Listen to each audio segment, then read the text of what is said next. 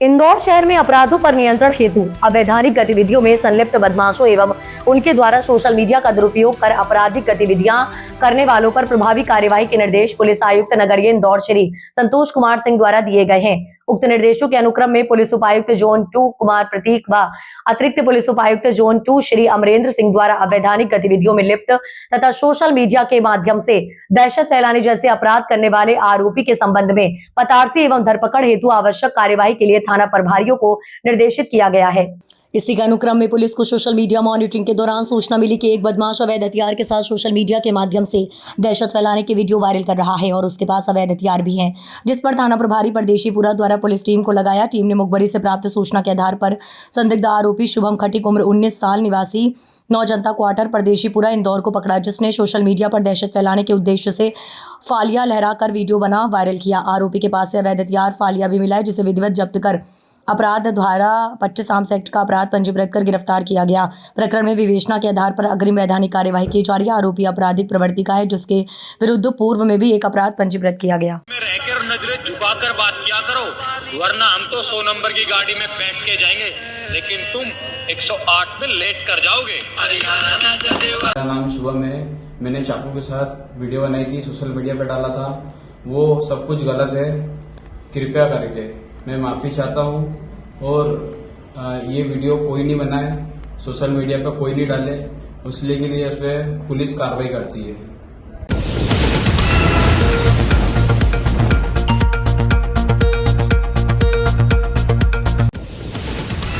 खरगोन जिले के सनावत थाना क्षेत्र के अंतर्गत ग्राम मलगांव भौमबाड़ा के बीच में खेत के कुएं में 3 बच्चों के शव मिलने से क्षेत्र में सनसनी फैल गई। कुएं में 3 बच्चों के शव मिलने की सूचना पर एसडीओपी और सनावत टीआई मौके पर पहुंचे और तीनों बच्चों के शवों को कुएं से बाहर निकालकर सनावत अस्पताल में पीएम के लिए भेजा गया। पुलिस द्वारा घटना के संबंध में विस्तृत जानकारी जुटा रहे हैं। ग्राम मलगांव के मुकेश भमोरिया के खेत में मजदूरी करने आया परिवार अपने 3 बच्चों के साथ रहता था। वह प्रतिदिन की तरह काम पर चले गए। इसमें 3 बच्चे करण अर्जुन उम्र करीब 2.5 साल से 4 साल और एक 20 दिन का बच्चा घर पर थे। कुछ देर बाद थाने पर बच्चों के शव कुएं में दिखने की सूचना आई थी। ये घटना कैसे घटित हुई, इसकी जांच पुलिस कर रही है। वहीं एसपी ने कहा कि आज की घटना है, सनावत क्षेत्र में एक कुएं में 3 बच्चों के शव मिले हैं। इस घटना का शाम को खुलासा हो जाएगा। मृतक बच्चों के माता पिता से पूछताछ की जा रही है। बच्चों की कुएं में लाश मिली, बड़ा सनसनी की रकम बन गई, क्या मामला है? ये थाना सनावद अंतर्गत ग्राम भोमपाड़ा है। वहाँ पे कुएं में 3 बच्चों के डेड बॉडी मिली है, जिसमें से एक 4 साल का, एक 2 साल का और एक 15 दिन का बच्चा है। बॉडी को रिकवर कर लिया गया है और पीएम करवाया जा रहा है। एफएसएल अधिकारी और बाकी अन्य अधिकारी भी मौके पे मौजूद है। घटना को लेकर पूछताछ की जा रही है और जो है घटनास्थल का निरीक्षण भी किया गया है।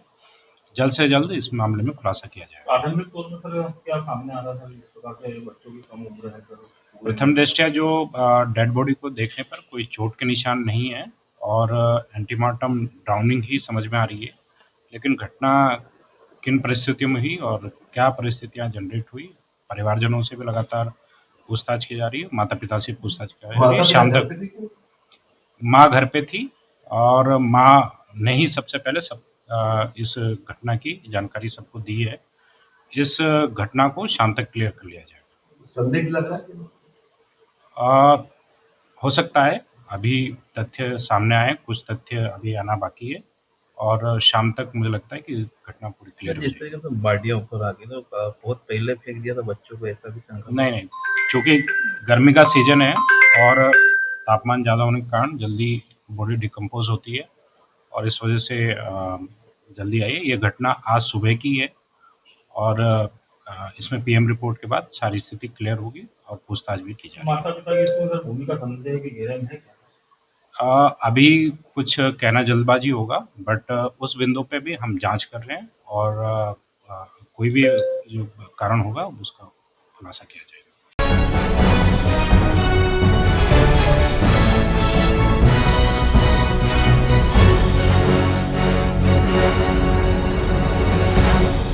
मध्य प्रदेश की जीवनदायिनी मां नर्मदा जी की पावन परिक्रमा 19 नवंबर से प्रारंभ की गई है। जिसमें मां नर्मदा जी के भक्तों द्वारा पैदल यात्रा के रूप में की जा रही है। इस यात्रा में सतीश चौधरी और राजीव पटेल भी शामिल हैं, जो पूरे उत्साह और आस्था के साथ परिक्रमा कर रहे हैं। राजीव पटेल जी ने कहा, मां नर्मदा जी की पैदल परिक्रमा करना उनके लिए बड़े सौभाग्य की बात है। उन्होंने सभी को एक संदेश दिया, मां नर्मदा जी के तटों को साफ, सुंदर और स्वच्छ रखें। आज परिक्रमा के पूरे 111 दिन बाद नगर में धामनोद पहुंचने पर श्रद्धालु और स्थानीय नगरवासियों द्वारा भव्य स्वागत किया गया। जगह जगह फूल मालाओं से स्वागत किया गया तथा यात्रियों के लिए नाश्ता, चाय पानी और अन्य व्यवस्थाएं भी की गई। इस दौरान क्षेत्र में श्रद्धा और भक्ति का माहौल देखने को मिला। ग्रामीणों और मिलनसार समाज जनों ने ढोल और पुष्पमाला से उनका स्वागत किया गया। पूरा परिक्रमा में कैसा लग रहा है आपको? खूब आनंद आ रहा है। आज 111 दिन हो गए हैं। हम लोग 19 नवंबर को निकले थे और आज आनंददायक यात्रा चल रही है और आज यात्रा का समापन होगा। आज पूर्ण 111 दिन हो चुके हैं। क्या संदेश देना चाहोगे युवाओं को? ये युवाओं को है कि ये जो परिक्रमा है, ये आत्मा की शुद्धि की परिक्रमा है, अनुभव की परिक्रमा है, आनंद की परिक्रमा है। प्रत्येक युवा को, जो भी किशोर अवस्था से युवा अवस्था में आए, सभी को माँ रेवा की, माँ नर्मदा की परिक्रमा करना चाहिए, क्योंकि अनुभव सिर्फ माँ नर्मदा की परिक्रमा से ही आएगा।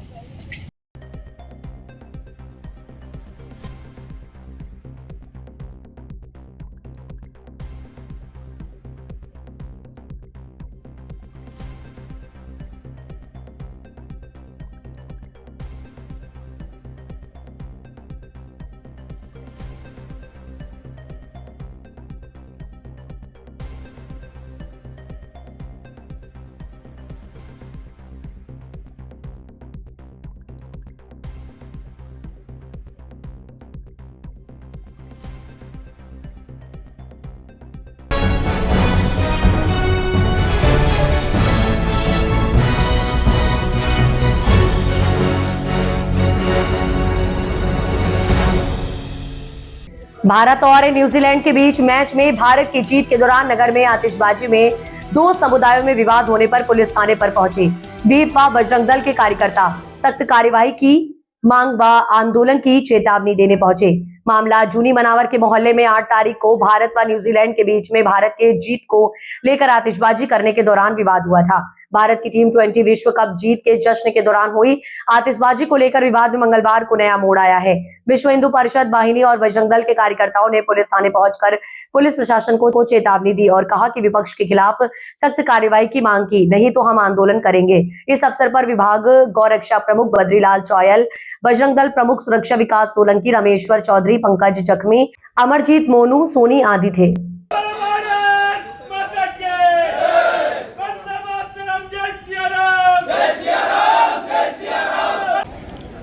आज जो ये थाने पर घेराव किया गया, किस लिए किया गया? घेराव नहीं है फिर ये एक चेतावनी प्रशासन ने जो पिछले 8 तारीख को भारत और न्यूजीलैंड का जो मैच था, रात्रि में भारत की विजयश्री होती है और न्यूजीलैंड पराजित होता है।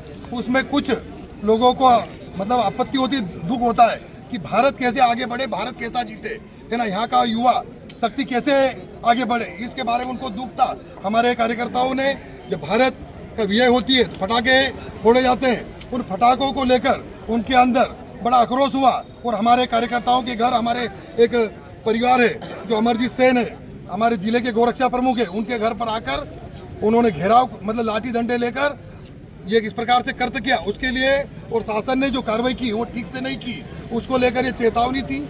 और आगामी हम संगठन वाले माध्यम से ये बताने आए यदि इस प्रकार से ऐसे लोगों को बख्शा गया, छोड़ा गया तो संगठन चरणबद्ध आंदोलन करेगा और किसी भी कीमत में ऐसे लोगों को हम, यदि कुछ होता है, आगे कुछ घटना होती है, इसके लिए शासन प्रशासन जिम्मेदार रहेगा और हम आगे छोड़ने वाले नहीं है। आपका नाम? रोने रो रहे हैं यहाँ पर ये लोग, तो उनको हमने कभी रोका क्या? वो उनका विषय है, वो कर रहे हैं, कोई दिक्कत नहीं। यदि भारत क्रिकेट में जीतता है, वर्ल्ड कप जीतता है और भारत की जीत पर यदि हम पटाखे फोड़ते हैं, हम जो है उसका उत्साह मनाते हैं, उल्लास मनाते हैं, तो इनको किस बात की आपत्ति? तो ये सारी चीज़ें हो रही है और इसके लिए समाज में कड़ा आक्रोश है।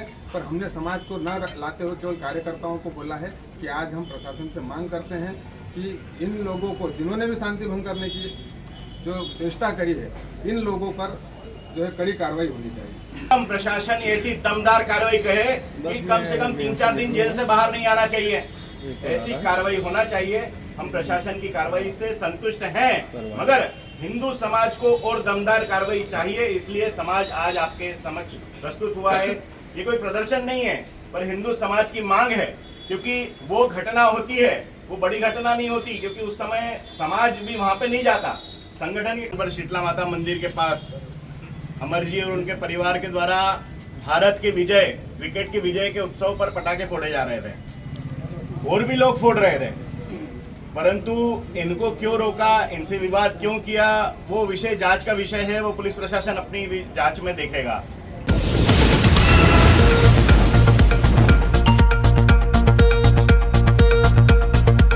अज्ञात वाहन ने बाइक सवार को रौंदा, मौके पर हुई मौत, शव पोस्टमार्टम के लिए पहुंचाया। बड़वानी कोतवाली थाना क्षेत्र अंतर्गत अंजट रोड पर मंगलवार रात 9 बजे के दर्शन एक अज्ञात वाहन ने बाइक सवार को रौंद दिया, जिसके कारण उसकी मौके पर ही मौत हो गई। मृतक की पहचान कलेक्टर के वाहन चालक मनशाराम केशकर के रूप में हुई है। दरअसल ये घटना अंजट रोड करी कॉलेज के आसपास हुई। जब अपनी बाइक से मृतक मनशाराम कहीं जा रहे थे, तभी अज्ञात वाहन ने उन्हें टक्कर मारी। जिला अस्पताल ले जाने पर उन्हें मृत घोषित कर शव को पोस्टमार्टम के लिए रखवाया गया है। वहीं केस दर्ज कर जांच की जा रही है। अंजट से देवेंद्र यादव की रिपोर्ट।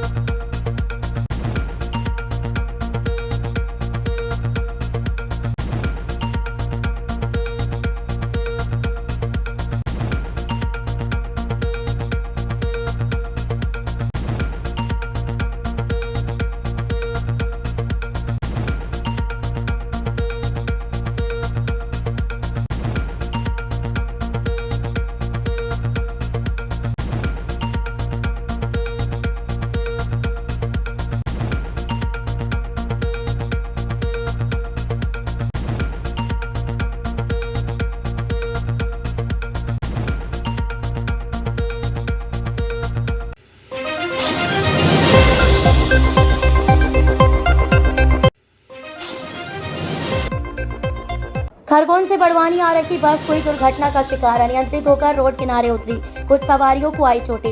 बड़वानी अंजड़ थाना क्षेत्र अंतर्गत राजीव गांधी नगर के पास में खरगोन से बड़वानी की ओर सवारियों को लेकर आ रही बस अनियंत्रित होकर रोड किनारे खेत में पहुंच गई।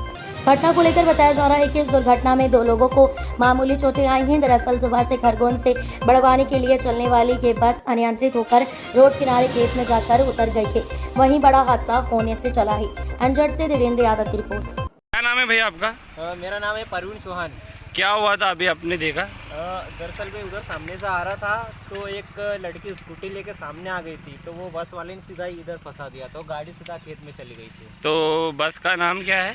बस का नाम है भैया महाशक्ति है। महाशक्ति। तो क्या पता चला कितने को चोट आई है? कहीं नहीं सर, 2-4 बच्चों को लगी है, थोड़ा हाथ पैर में लगी है, बाकी सब ठीक है सर। ठीक है, ओके। भैया आपका क्या हुआ था अभी? ये बस किस प्रकार से एक्सीडेंट हुआ इसका?